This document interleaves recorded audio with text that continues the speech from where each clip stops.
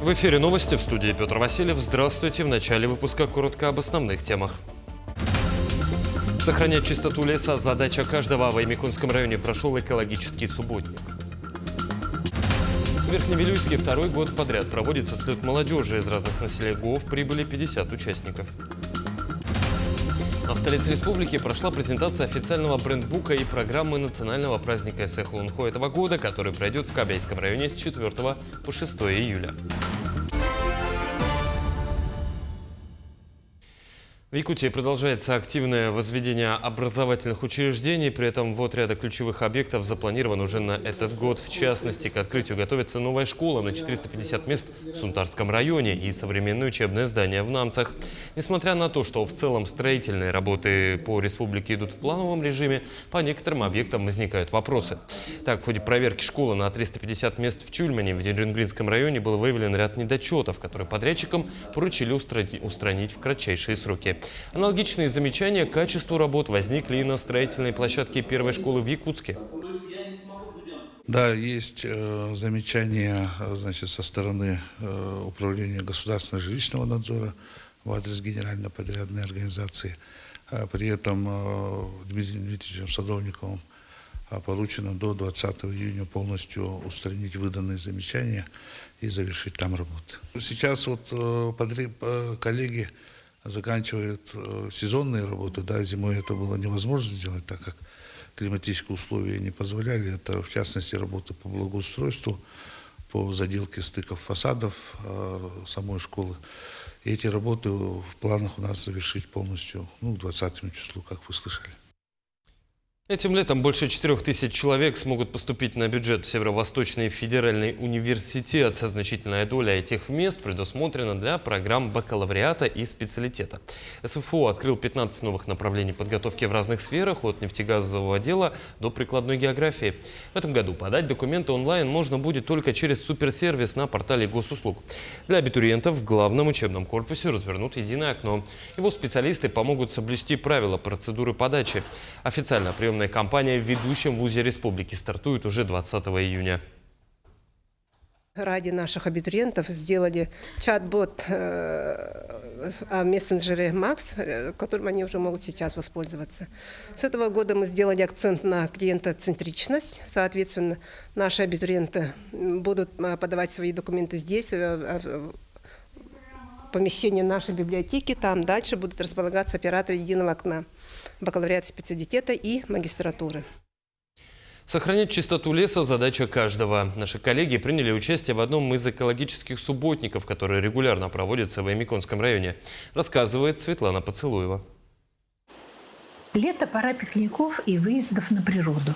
В окрестностях Оснеры есть несколько уютных местечек, где любят отдыхать ее жители. Едут компаниями, группами, семьями. Иногда приезжают отдохнуть на природу, а попадают словно на свалку.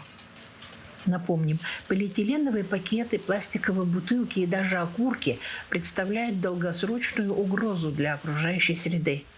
Окурок разлагается 3 года, полиэтилен – 100 лет. Вот мы сегодня приехали сюда убираться. Администрация поселковая нас разделила на 2 объекта. Конечно, мусора очень много. Все мы любим отдыхать, выходить на природу, и весной кататься, и летом приходить. Почему-то не все убирают за собой. Убираемся, чтобы было чисто, красиво, порядок. И отдыхать приятно, и экологию тоже мы как-то должны беречь. Ведь мы все равно взаимосвязаны. Без природы куда мы? Администрация поселка регулярно, несколько раз в год, объявляет экологические субботники по уборке территории отдыха населения на природе. Устанавливает в местах отдыха точки для сбора мусора. Главный вопрос – хватит ли у нас, у самих, культуры пользоваться наведенной чистотой дольше одной субботы? Такие субботники устраиваются ежегодно. Получается, в этом году коллектив администрации поселка Уснера, коллектив управления образования, централизованная бухгалтерия, коллектив охраны природы и республиканское лесничество вышли на такой вот субботник убираться в зоне отдыха поселка Уснера. По сравнению с прошлым годом, да, в этом году мусора поменьше. Ну, все равно накапливается.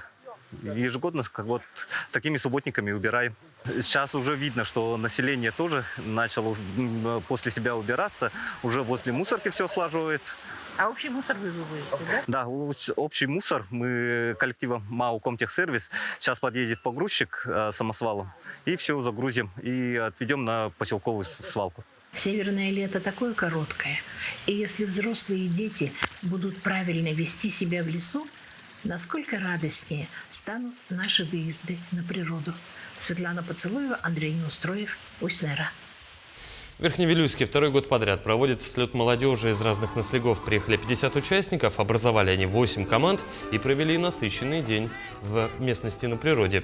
В торжественной части мероприятия новым членам Совета молодежи вручили их удостоверения и значки. Молодые ребята, параллельно знакомясь, организовали маленький концерт, посоревновались в играх по станциям и много веселились. Одним из важных событий дня стала стратегическая сессия. Сегодня они будут писать проекты по некоммерческим организациям. Проекты направлены на развитие молодежной политики, на развитие экологических проектов, также на развитие многих других направлений. Сейчас они пишут проекты для реализации в своих наслегах некоммерческих организаций, чтобы в дальнейшем работать с ними и развивать свой наслег. В прошлом году молокосдатчики в селе Второй Нерюктянск решили организовать свой пункт молокоприемки. При нем же организована переработка сырья для дальнейшей реализации. Узнаем подробности. Сегодня работники СПОК Второй Нерюктяй подготавливают тару для сливочного масла. Скоро уже по-летнему желтые кубики весом в 5 килограмм масла будут готовы к отправке. Сложная работа? Нет, это можно работать. Не очень. Ага. Вообще сейчас что вот делали? Мы для масла коробки заготавливаем. Угу. А дальше какой процесс будет? Потом масло сделаем и туда затариваем. Получается, вот вообще, как долго занимает процесс изготовления масла? Масло, да. Ой, много. Сперва молоко сепарируешь, нормализуешь, пастеризуешь, потом охлаждение идет, процесс охлаждения, потом после охлаждения уже процесс взбивания идет на масло. Но процесс взбивания он разный, от температуры зависит сливок. Если ровно это сделать, то можно через 2-3 часа оно собьется. А если будет температура пониже, то оно может вообще по 4, по 5, 6 часов даже биться. СПОК начал свою работу с прошлого года. На сегодня это 6 ИПшников-молокосдатчиков. Из молока готовят творог, сливки, молоко и масло. Продукцию возят в город, где ее уже хорошо знают и охотно раскупают. Сливки, молоко отправляем в город. Также вот масло каждую неделю. Каждые 5 дней творог делаем. 2 раза в неделю творог готовим. Сейчас у нас тонна молока в сутки. Но молоко повышается с каждым днем. Только вот повышение только началось недавно. И молоко мы можем в любом, до тонны можем. Потом сливки у нас выходит около 60 килограмм. Вот так в день 60 с лишним. Масло бьем где-то через, копьями, вот так это. А так и творог делаем. Вот творожную ванну нынче приобрели.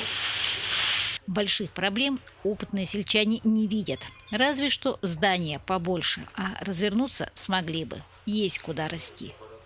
Хотим еще перейти на йогурты, на кефир, на сметану. Я сама мастер маслодел, поэтому вот училась я на этом уже давно. И работаю уже больше 30 с лишним, 40 лет где-то. Елена Фаст, Максим Копылов, Алекминск. В Якутске прошла презентация официального брендбука и программы национального праздника эссе Хулунхо этого года, который пройдет, напомню, в Кобейском районе с 4 по 6 июля. На данный момент подготовка к масштабному событию вступила в активную фазу, завершается обустройство основных площадок и обрядовых тюгюльге, а режиссерская постановочная группа приступает к циклу репетиций. Программа этого года обещает стать особенной. Организаторы анонсировали ряд новшеств на тематических площадках. Кроме того, в торжественной церемонии открытия задействует около 1700 человек. По задумке авторов, масштабное действо объединит в себе незыблемые каноны якутской культуры и уникальные локальные особенности Кобейской земли. Будет отдельная площадка представлена по изготовлению якутского национального украшения бюрох, то есть это будут делать там кузнецы, и там же сразу мы эту презентуем, да, их работы. Также стоит отметить, что в этом году на тюгюльге коренных малочисленных народов Севера будет также представлена с такой широкой, богатой программой. И также детская тюгюльге, которую мы готовим. В этом году у нас отмечается столетие системы образования, поэтому на детском тюгюльге помимо досуговой части будет очень много интересных конкурсов, как и культурных, так и спортивных. В Черопчинском районе в селе Тея в рамках федерального проекта «Территория Ботуров» прошло улусное соревнование по национальным видам спорта. Сам проект направлен на развитие молодежи сельской местности путем продвижения национальных видов спорта. Его автором является многодетная мама из села Тея Зинаида Дьячковская. В рамках этого проекта в селе была обустроена площадка, помост для хапсагая, оборудование для прыжков через нарты, стрельбы из лука, стена Коркина и площадка для настольных национальных игр. Всего же в соревновании приняли участие около 50 детей из семей слегу. В этом году Коркинец получил фонд президентских грантов. Это территория Баторов по национальным видам спорта. И сегодня у нас идет заключительное мероприятие. Называется «Саилык Огото», то есть «Дитя лета». У нас участвуют как мальчики, так и девочки. То есть мальчики у нас участвуют по 9 видам спорта, то есть по национальным видам спорта, а девочки у нас участвуют по 7 видам спорта. Это были все новости к этому часу. До встречи в дальнейших эфирах.